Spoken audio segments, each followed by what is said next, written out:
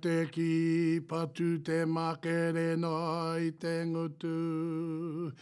He porutu waihoe ia Kawana i runga e. He Matau ana roto i te hau korero. E herengia koia te rakau ka whiria e. Teatea whakarangona ngā mahi a te arero. Ko tō tinana ra i waiho atu i tawhiti e. Ko tō pai reo kau ka tuku mai ki ahau. Ki ahua hi atu e arotau mai ana he ka te tiriwa, te ripa ki Akarana. Ka puawhea, te raiki Tautoro ka whakamutu anō ngā rangi o te whakarongo e.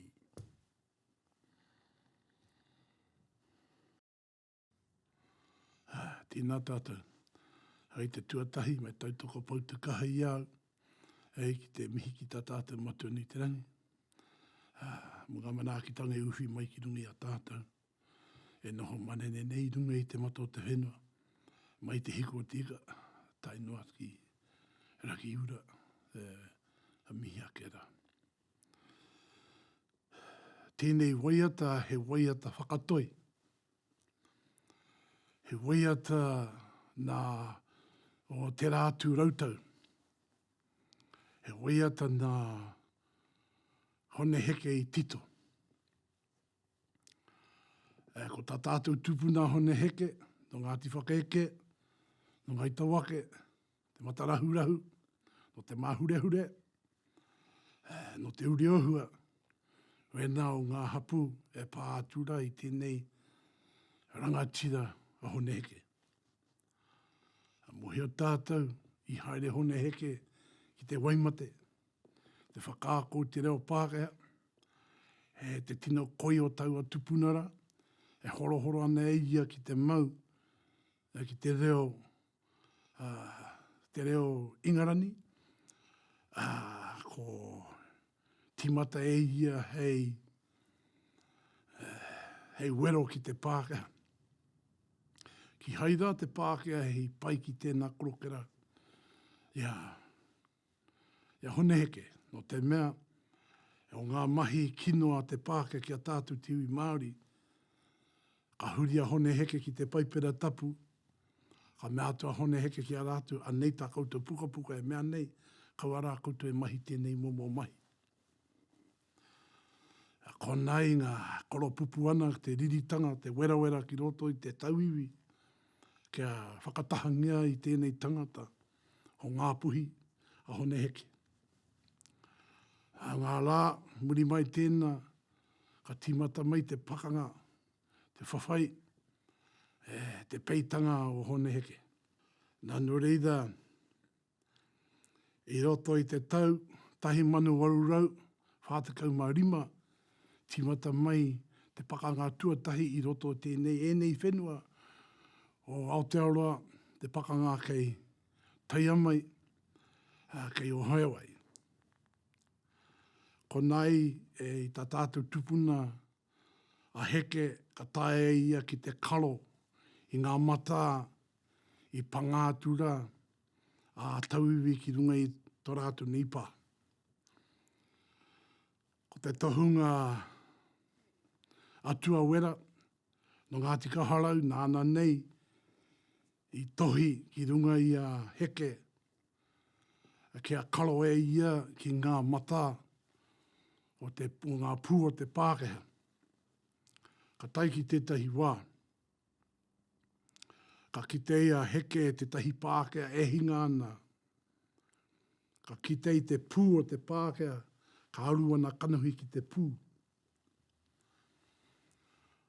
Ko nai ka taka mai i tana ūtanga, te tohi, i tohi ai, a te tohunga, Ka taka mai ki raro, ka puhia te Pākehā i a heke, kia mau tana uma. Muri mai tēnā te pakanga i o heawai, haere tonu ana heke, ki te tautoko i a tawhiti. I tō rātou nei pakanga ki rua peka peka. Ka pakanga rātou ki reira, mutu atu te pakanga ki rua peka peka ka hoki mai, a heke ki tōna kāinga. Ka haere teatea ki te wāhi o Tautoro, ki tētahi tohunga i reira, ki te whakaora tana tinana.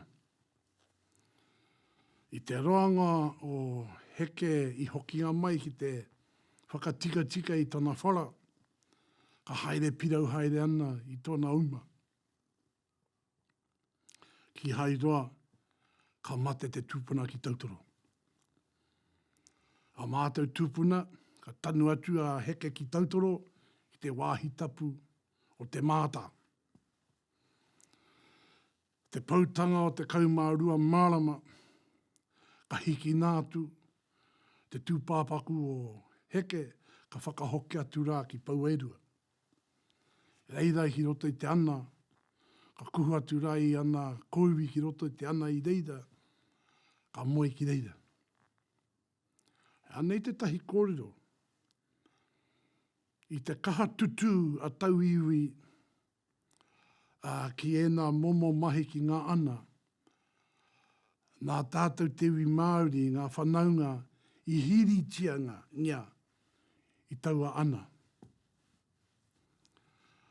Nā,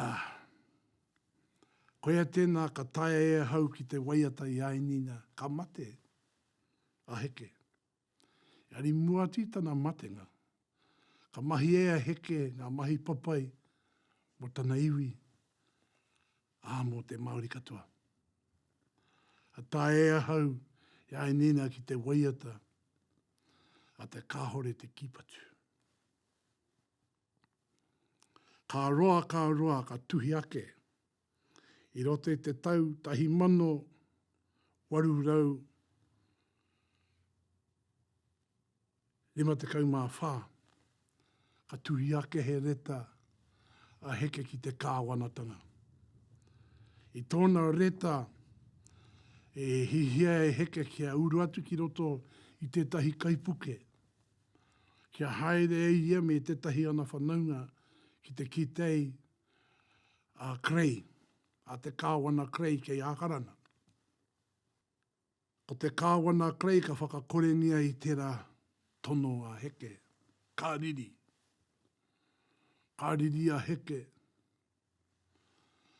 Ka maumahara e ia ki ngā rāo mua e i te wā, i te poro o te pau.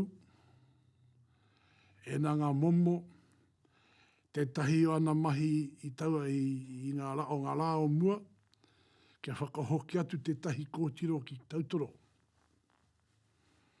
Tēnei kōtiro tōna ingoa ko kōtiro ke ano.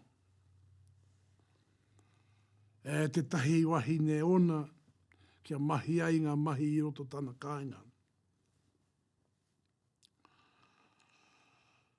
Ka ngā kaunui te wahine nei ki tētahi Pākehā, tōna ingoa ko Tāmati Lord, Thomas Lord. Ka rongoa heke, ka haere heke te tiki, i te wahine nei ka whakahoki atu ki te whenua ki Tautoro. Kore ki haidoa, ka o mātu anu te wahine ki te Pākehā.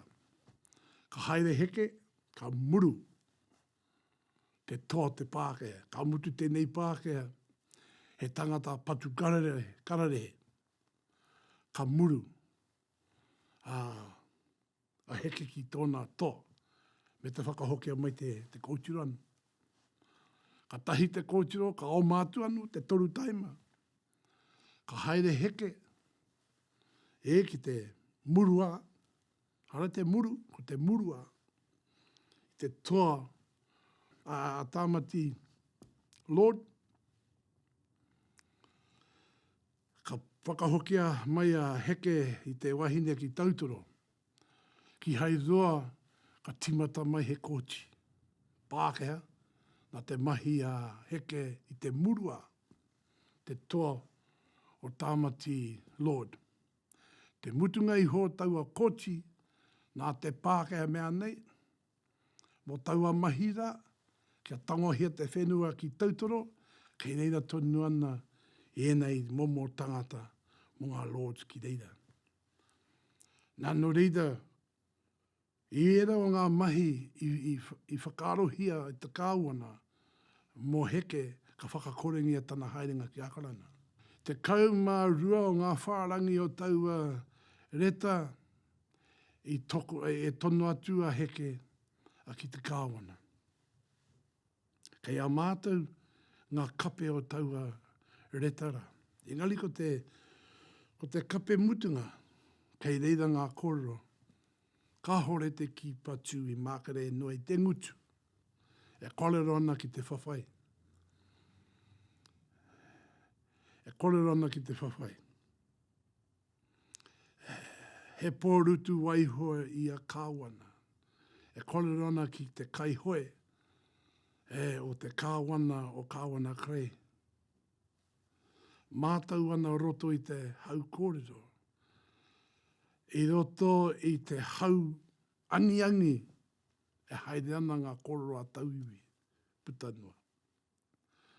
Tā no reira, koena ko te tahi o ngā korero e pātura ki tā tātou waiata kaore te ki patu.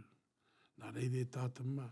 Ka nui tēnei māku kia tono atu, kia tuku atu rā kia koutou. A taiwaka nei, ka rongo rā koutou i taua waiata, mō tātou mokopuna ke te heke mai. Nō reira tēnā rā tātou katoa.